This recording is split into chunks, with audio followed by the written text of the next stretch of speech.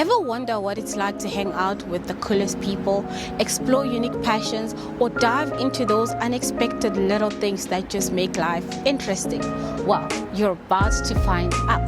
Hi, my name is Kuzashi Naomi, and I'm excited to introduce to you my new series, Howt, short for Hanging Out With, where every episode takes you inside the lives and passions of people doing something amazing, unexpected, or just plain fascinating. Sometimes we'll be at events, sometimes we'll be with brands, always with people worth knowing. In our very first episode, I'm hanging out with a plant mom who has some serious plant parenting skills. Her green thumbs, alright. Her plants are thriving. So whether you're trying to figure out what plant to get, how to not kill it, or you're just an iPad kid looking for something chill to watch while you eat, this episode is for you. Let's hang out. Hi, my name is Hulisani, and today you're going to be hanging out with me and my plants.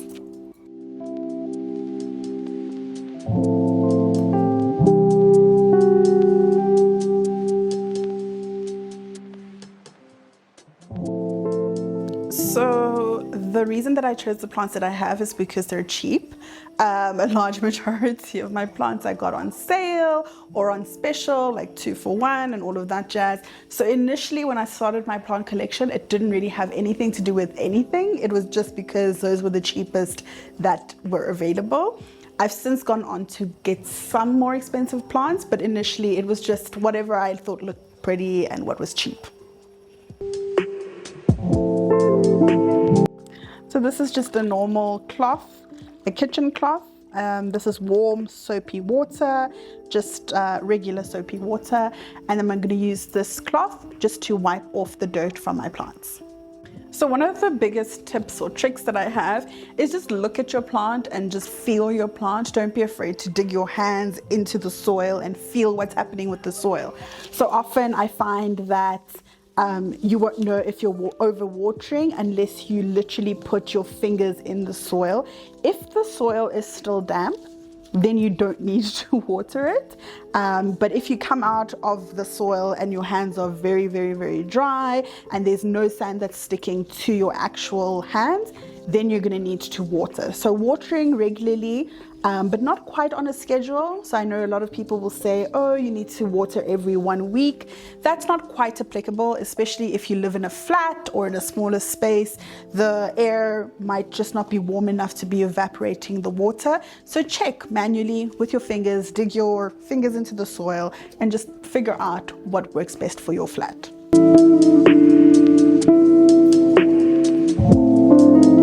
So one of the first things that I say usually is I've always had plants within my family, and so that's kind of where the love started. My dad is a horticulturist, and so when I moved into my first space, my dad gave me a snake plant. This is actually part of the original plant that I got, so it looks really old and tattered, and this has grown ever since. These leaves really need to be cut off. But yeah, so my love started because my dad had always had plants in the house, and then I just kind of took that further. So initially I did have a vision that I wanted like a plant section, and so this part of my flat has quite a large majority of the plants, but apart from that I just like having plants in every single section. So I just kind of go according to the light that's available in each section. My bedroom is quite far away from the window, so I won't have a lot of plants in my bedroom unless they're quite low light. But yeah, I just see what is happening with the sunlight, and that's how I determine where the plants really go. And this is the greatest space to have a lot of the plants. So the name question about plants. Do I name my plants? I have over 40 currently. I used to have over 100, but I have downscaled quite significantly. And I used to name my plants. So when I lived in a bigger space, I literally had labels on all my plants with names. I have since outgrown naming my plants. I don't think there's anything wrong if you do. I think it gives you a little bit maybe more of a connection to your plants. I don't know. But I don't have a name. I should probably name the bigger plants though, since they've been around for a while. But I just, I won't remember them. So one plant that I always like to propagate and give as a gift to people is a Monstera, Monstera deliciosus. I think that they're just such an easy plant. They kind of tell you what they need. Their leaves are stunning to look at. But just also equally, they kind of go down a little bit when they're underwater and they just don't look healthy. So they give you the cues that you need to take care of a plant. Whereas a cactus or a succulent is not probably a good plant for a beginner, just because you think that you need to be watering it almost every week because that's what you're hearing. And then you end up overwatering it and then your succulent will die. And then you'll think to yourself, oh my gosh, it's a succulent. How could I kill a succulent? As somebody who's been rearing plants for a very long time, I still cannot get right succulents. And that's just because I overwater. So I like to have more tropical plants because the watering schedule is more regular and I'm able to just really keep track of them because they give you a lot of visual cues. So if you're getting a first plant, get yourself a Monstera or a rubber leaf. Those are quite easy to get, but do not get yourself a fiddle leaf. Whatever you do, first plant should not be a fiddle.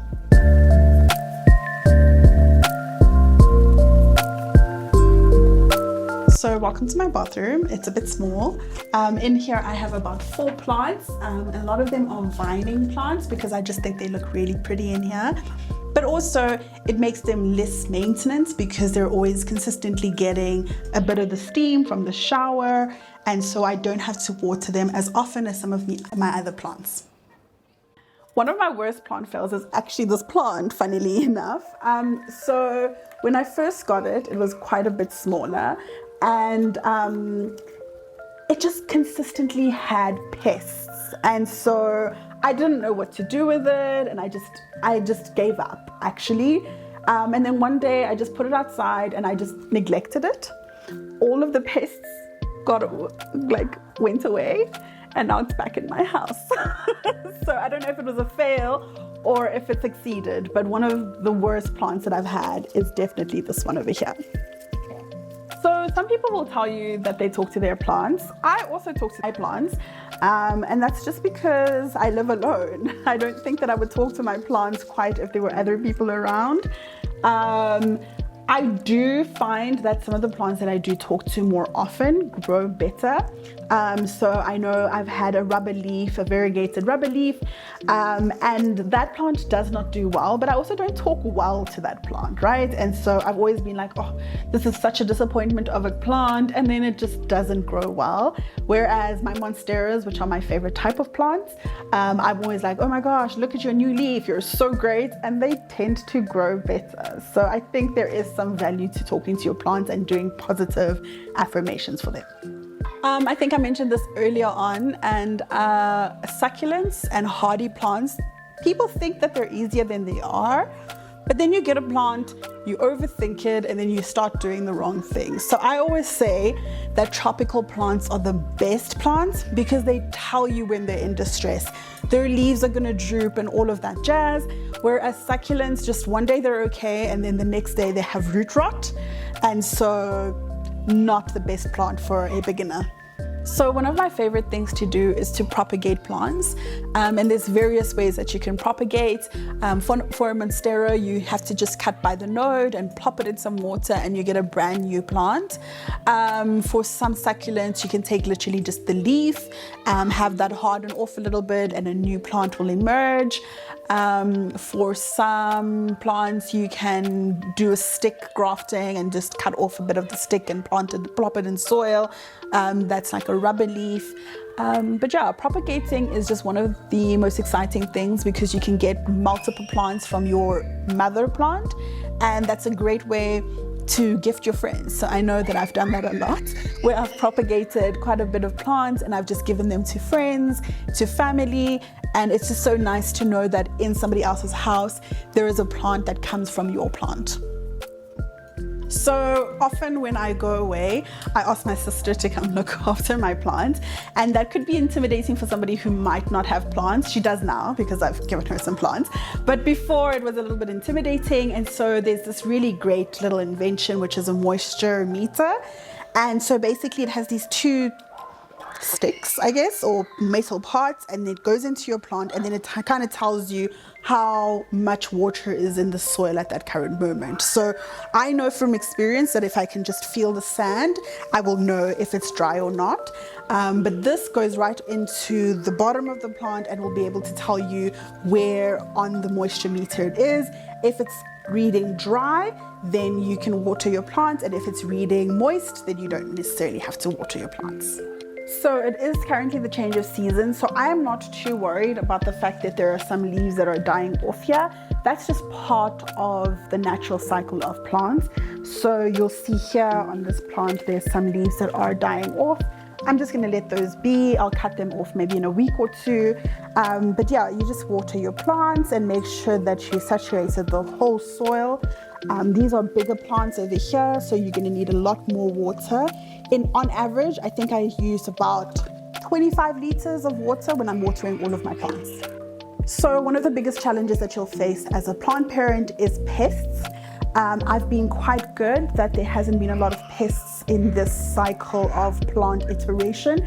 I think it's important to give up when the pests get out of control. There are some plants that are just very problematic. So some plants like alocasias, the more leafy plants, they're very problematic.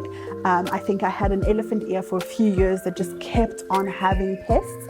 And then eventually I just gave up. I threw that plant away, and I've not had any pests since then. So I think it's okay to accept when a plant is just always infected with pests and to get rid of it or to isolate it from your other plants. But yeah, pests are one of the biggest issues that you're going to face as a plant parent. So where do I see my plant journey going in the next few years? I have this idea of retiring. Don't know how that's going to quite work out, but I know that for sure it involves plants. So recently I've been quite interested in the medicinal value of plants. I've started seeing and using some plants in alternative to some of the medications that I've been taking, and I quite like that, and I'd like to share that journey with people. There's also a lot of things. So back home we have a farm, and just seeing how some of those plants interact with the animals there, like aloe and spekboom, and how they're indicators for specific things. I think that's something I'm quite interested in, to just finding out the value of having plants and using plants in our day-to-day life for eating and not just for ornamental purposes. I want to always say that my plants haven't influenced my aesthetic, but that would be a lie. I think I tend to wear a lot of earthy colors, and I love a good flower. So as you can see on my wall, I've painted some flowers. They might not look very realistic. It's giving bikini bottom flowers, but I think that around all of my spaces, the plants are the central focus, and that's kind of how it's influenced my plant life and my decoration. So this might have been something that I've picked up from my mom, who's a little bit of a hoarder, but I definitely am a maximalist. So having this many plants, having really bright colored walls, and all of the jewelry, all of the earrings, I think that you kind of get maximalist from me, and I absolutely love it. I think that we've become quite boring in our spaces when we choose to decorate. It's become quite industrial, it's been very hard, it's not very homey, and I feel like maximalist gives us kind of like the homey touch. People can come over, they don't feel scared to put a glass down somewhere. They feel like they can really be at home in spaces that are more filled with life and filled with joy from all the places you've been. This is a new leaf on my big monstera. As you can tell, the coloring is a little bit different from this one. New leaves are going to be lighter color, and the older they get, they will become a little bit darker. Also, don't be afraid of manhandling your plant a little bit. In nature, they get shaken quite a bit, so don't be afraid of just a little bit of a rougher touch. So when I first started with plants and my plant journey, I really loved a terracotta pot. But one of the things with terracotta pots is that if you're not giving it distilled water, your plant, it's going to get a bit of a calcium or mineral buildup, and that doesn't quite look great. I kept these pots because I've already bought them, but from the future onwards, I just bought plastic pots. So the calcium and the minerals come from the tap water, so that's why a lot of plant parents will tell you that they only buy still or distilled water for their plants.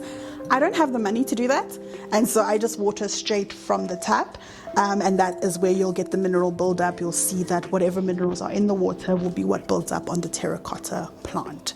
Not a big issue. You can correct this with other fertilizers that balance out the pH of the plant. So this is not a very big deal. It just probably just doesn't look as aesthetic. One of the big things that you're going to look for when you're planting or you're getting plants is to make sure that the pot that you have has holes underneath so that the water can drain. That's one of the biggest problems that we usually have, is that you buy these plants from these big chain stores and they might not have a hole in the bottom, and so you're going to get root rot. So make sure that the pot plant that you have has holes underneath. If you have a ceramic pot, there are lots of videos online that you can see how people have dug holes or like drilled holes into the bottom of their ceramic plants, and that will be the best thing for your plant.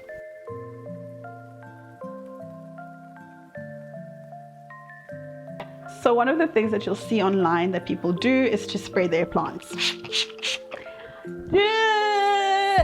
It has its benefits, but I don't think it has as much as we think that it does.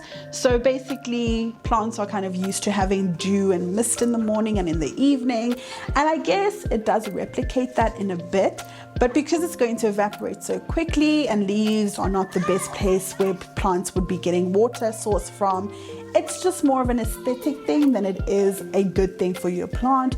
You could find that you're spraying and causing rot on your actual leaf.